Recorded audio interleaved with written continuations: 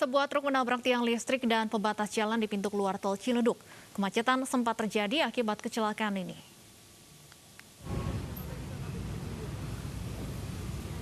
Sebuah truk menabrak tiang listrik dan pembatas jalan di eksit tol Ciledug. Posisi mobil yang menyeberang ke jalur berlawanan hingga menutup arus lalu lintas.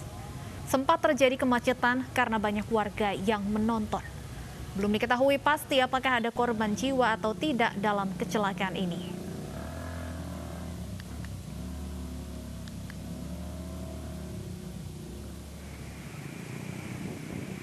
Sementara itu, seorang pengendara motor tewas usai menabrak pembatas jalan dan pohon di Jalan Tentara Pelajar, Jakarta Selatan pagi tadi.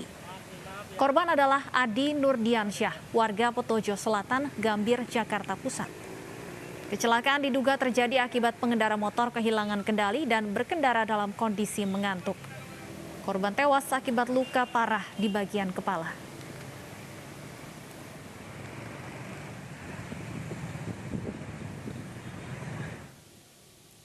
Kecelakaan yang melibatkan satu motor dan dua dump truck terjadi di Jalan Raya Sidoarjo, Jawa Timur.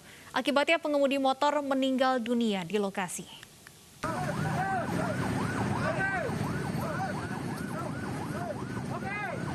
Petugas yang dibantu warga akhirnya berhasil mengevakuasi seorang pengemudi truk yang terjepit. Truk ini terlibat kecelakaan dengan truk lain dan sebuah sepeda motor di Jalan Raya Sidoarjo, Jawa Timur. Akibat kecelakaan ini, satu pengemudi motor tewas seketika di lokasi. Seluruh korban kemudian dievakuasi ke RSUD Sidoarjo. Semula kendaraan sepeda motor dan dua truk yang bermuatan pasir dari arah selatan. Nah, depannya karena ada putar balik, ada wigbox nyebrang yang tidak diketahui nomornya, hampir selesai menyeberang. Untuk sepeda motor yang di depan ini mengerem, mengurangi kecepatan. Nah, kendaraan dua truk yang muatan pasir berusaha untuk mengerem, mengurangi kecepatan, tapi tidak nutut, tidak cukup untuk setan, sehingga dibanting ke kiri, terjadilah laka lantas dengan sepeda motor. Ketiga bangkai kendaraan telah diamankan di pos polisi setempat. Sementara pengemudi dump truck yang selamat diperiksa di Makolantas Polresta Sidoarjo. Dari Sidoarjo, Jawa Timur, Babang Pramono, iNews melaporkan. Seorang suami membunuh pria yang diduga selingkuhan istrinya di Tebing Tinggi, Sumatera Utara. Modus pelaku seolah-olah korban tewas akibat gantung diri.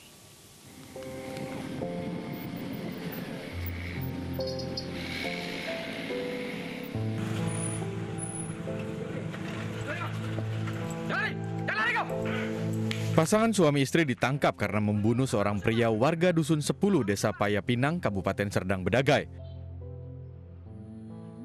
Berdasarkan pengakuan pelaku, ia membunuh karena cemburu korban berselingkuh dengan istrinya. Dari tangan tersangka, polisi menyita linggis yang digunakan untuk menghabisi korban. Korban ditemukan tewas di dapur rumahnya. Namun saat itu korban diduga bunuh diri karena petugas menemukan tali yang menggantung di atas tubuh korban. Namun saat olah TKP dan pemeriksaan saksi, petugas mencurigai ada yang tidak wajar dengan kematian korban. Dari kota Tebing Tinggi, Abdullah Sani Hasibuan, iNews melaporkan. Dan pemirsa, untuk mengetahui informasi selengkapnya sudah bergabung bersama kami Kapolres Tebing Tinggi AKBP Agus Sugiarso. Selamat sore Pak Kapolres. Selamat sore Mbak Stefani. Baik, Pak Agus, dari hasil pemeriksaan pelaku, benarkah pembunuhan ini dilatar belakangi motif asmara? Benar sekali. Jadi motifnya ini karena pelaku merasa cemburu dengan korban. Jadi pada saat kejadian, pelaku mendatangi rumah korban, menanyakan apakah korban pernah berhubungan badan dengan istri pelaku. Dikatakan oleh korban, iya pernah. Nah, itulah yang membuat emosi. Sehingga terjadi perkelahian di halaman rumah. Namun saat itu pelaku kalah gitu. Nah, dilerai oleh warga, kemudian si pelaku pergi dengan istrinya. Namun perginya itu membawa atau mengambil linggis. Nah, kemudian datang kedua kali, dicari korban dan dilakukan penganiayaan dengan cara memukulkan linggis ke bagian kepala korban dan dada korban. Saat itu korban langsung lari, tapi terjatuh dan nggak sadarkan diri. Kemudian karena panik, akhirnya dibawa korban ke dalam rumah, dipastikan, kemudian dilakukan penjeratan di bagian leher.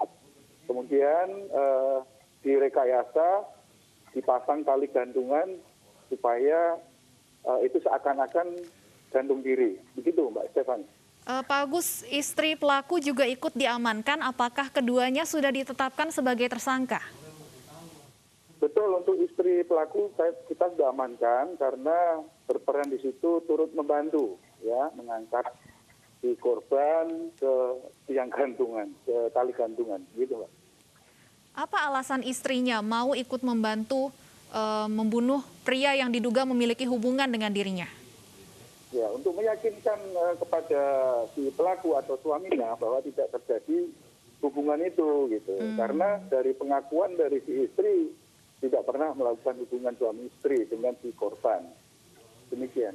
Baik, Pak Agus, awalnya korban diduga gantung diri. Apa yang membuat petugas curiga bahwa ada kejadian lain di balik peristiwa yang awalnya diduga sebagai bunuh diri ini?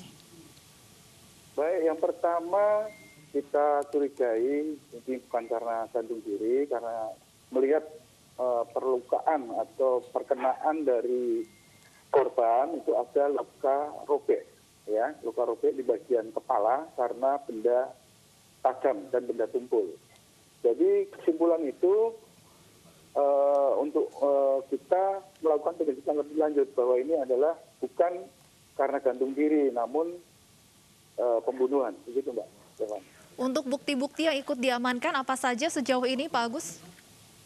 Baik, untuk barang bukti yang kita amankan, yang pertama adalah linggis, kemudian tali ikat pinggang yang digunakan pelaku untuk menjerat korbannya, kemudian pakaian dan sepeda motor. Baik, terima kasih AKBP Agus Sugiarso, Kapolres Tebing Tinggi sudah bergabung bersama kami di ini sore. Pemirsa, polisi menetapkan pria berinisial M sebagai tersangka pembunuhan pedagang emas di Kota Jayapura. Sementara istri korban yang diduga menjadi otak pembunuhan tersebut masih menjalani pemeriksaan.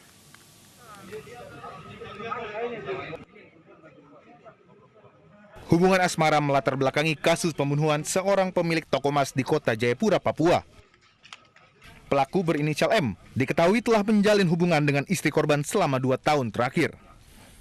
Sementara istri korban diduga merupakan otak di balik pembunuhan suaminya sendiri.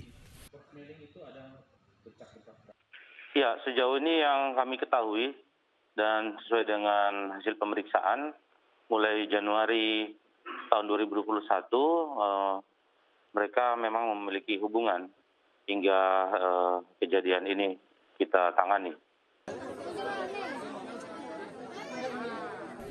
Sebelumnya dalam video yang beredar, tampak istri korban diamankan polisi di rumahnya. Warga yang geram ikut memadati rumah korban saat proses penangkapan berlangsung. Sabar, saya sudah telepon polisi ya, sabar ya. Wanita berusia 25 tahun ini merupakan istri yang menangis saat mengaku suaminya dianiaya hingga tewas oleh orang tak dikenal. Belakangan diketahui peristiwa tersebut didalangi oleh istri korban dan selingkuhannya. Tim Liputan iNews melaporkan. Kasus pembunuhan suami yang didalangi istri juga pernah terjadi di Lebak Bulus, Jakarta Selatan, di mana seorang istri tega membunuh suami dan anak tirinya hanya karena ingin menguasai harta korban. Sementara di Medan, Sumatera Utara, seorang istri membunuh suaminya yang merupakan seorang hakim.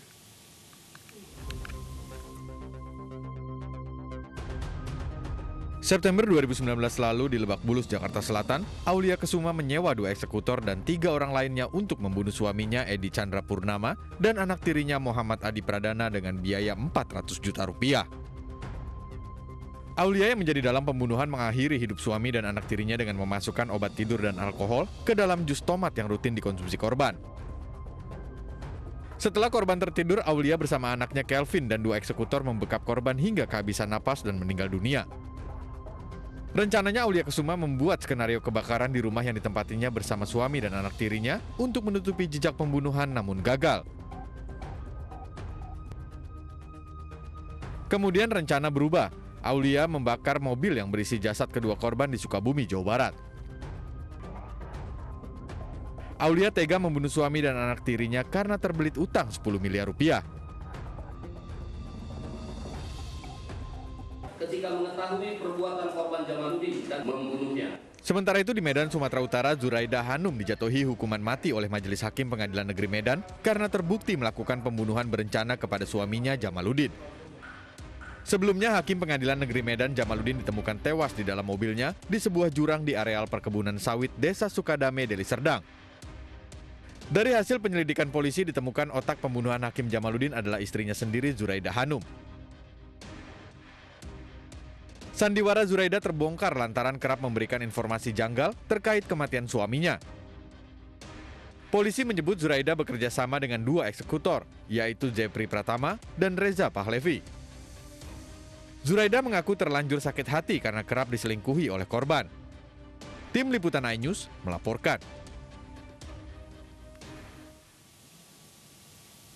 Polda Metro Jaya telah menyegel beberapa kafe di Jakarta dan menangkap puluhan orang yang melanggar protokol kesehatan.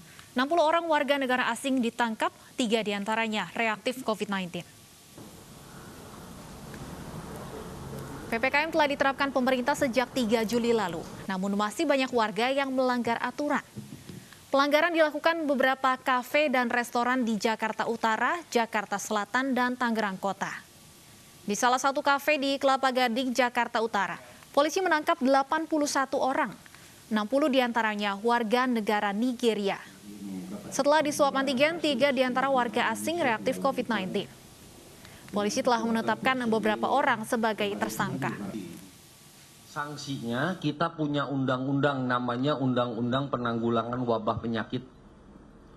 Di dalam pasal 14 disebutkan di situ bahwa siapa saja yang menghalang-halangi penanggulangan wabah penyakit maka bisa dipidana.